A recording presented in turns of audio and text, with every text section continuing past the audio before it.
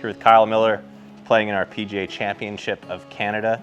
Kyle, you've had quite the journey in your life, both in sport and just in life in general. I was wondering if you would mind maybe going into it a little bit and just talk about, your path here. Yeah, no, for sure. I've been a member of the PGA of Canada since 2013. I was the first player with a disability or cerebral palsy to pass my playability test.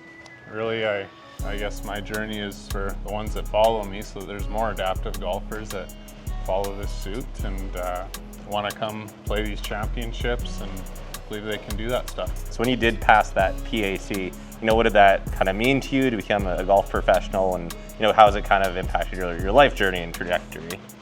Yeah, it probably gave me a lot of self-belief after that. I know I passed my playability test when we had a 2-day PAT and I carried my bag on my back, so I didn't have a cart like I had this week, which was a benefit for sure for my situation.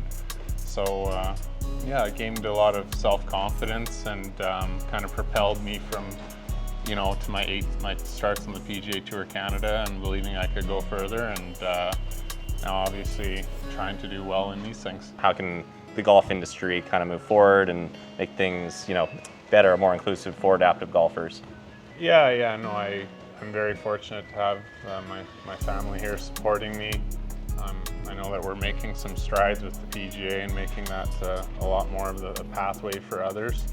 I think it's big for me to be playing these. I play a lot of the adaptive all abilities tournaments as well, so that becomes very important to be playing all of them, so we get more PGA members and more professionals in the industry. And I think one thing, growing up with a disability or a person with a disability is when you get in the industry, you're not just getting a card, you're getting a career, you're getting a living you can make, and that probably is a bigger victory for those with adaptive abilities and disabilities. Yeah, and I think that those watching you are inspired, and you've played in PGA Tour Canada and PGA Tour America's now events and whatnot.